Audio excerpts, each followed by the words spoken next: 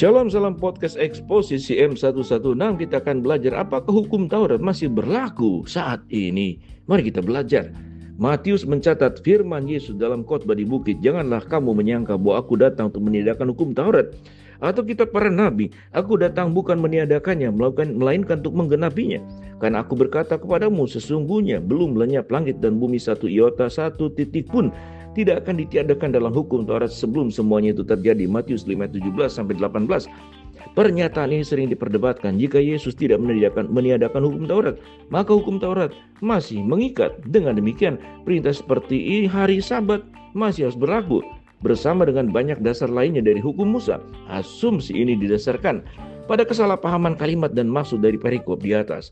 Yesus Kristus tidak sedang menyatakan kalau sifat mengikat dan hukum Musa akan tetap berlaku selamanya. Pandangan seperti ini akan bertentangan dengan bagian lain dalam perjanjian baru.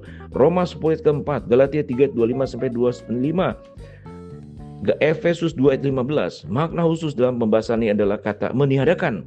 Kata ini diterjemahkan dalam kata Yunani kataluo yang secara harafiah berarti menghancurkan. Kata ini ditemukan 17 kali dalam perjanjian baru. Kata ini digunakan contohnya pada penghancuran bait-bait suci Yahudi oleh orang Romawi, Matius 26 ayat 61, 27:40, Kisah Rasul 6 ayat 14, juga terkait penghancuran tubuh manusia ketika meninggal, 2 Korintus 5 ayat 1. Kata ini mempunyai arti luas dan menjatuhkan, yakni termasuk membuat gagal, mencabut keberhasilan. Dalam bahasa Yunani klasik, istilah ini dikaitkan dengan istilah institusi hukum dan lain-lain yang menyampaikan gagasan menghapuskan.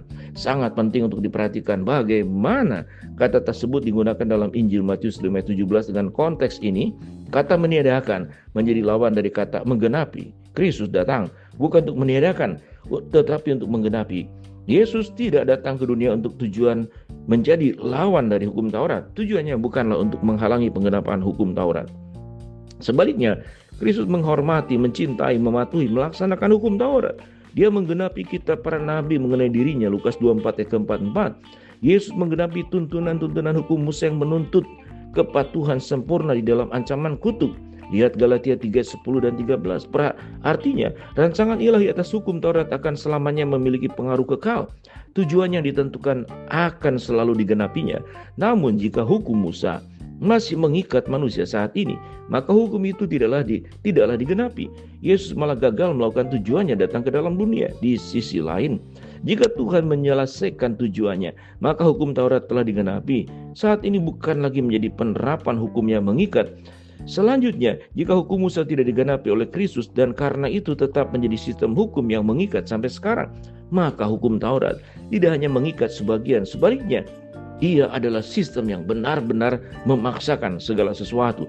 Yesus dengan sederhana menjelaskan tidak ada satu iota atau titik pun sebagai perwakilan tanda terkecil dari aksara Ibrani yang akan dihilangkan sampai semuanya digenapi. Oleh karena itu tidak ada bagian dalam hukum Taurat yang ditiadakan sampai seluruhnya benar-benar digenapi. Tujuannya, Yesus telah menggenapi hukum Taurat. Yesus telah menggenapi seluruh hukum Taurat.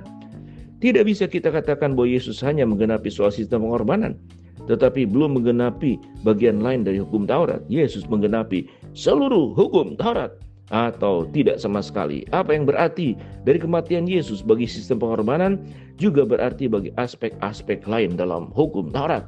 Shalom, salam podcast Eksposisi M116.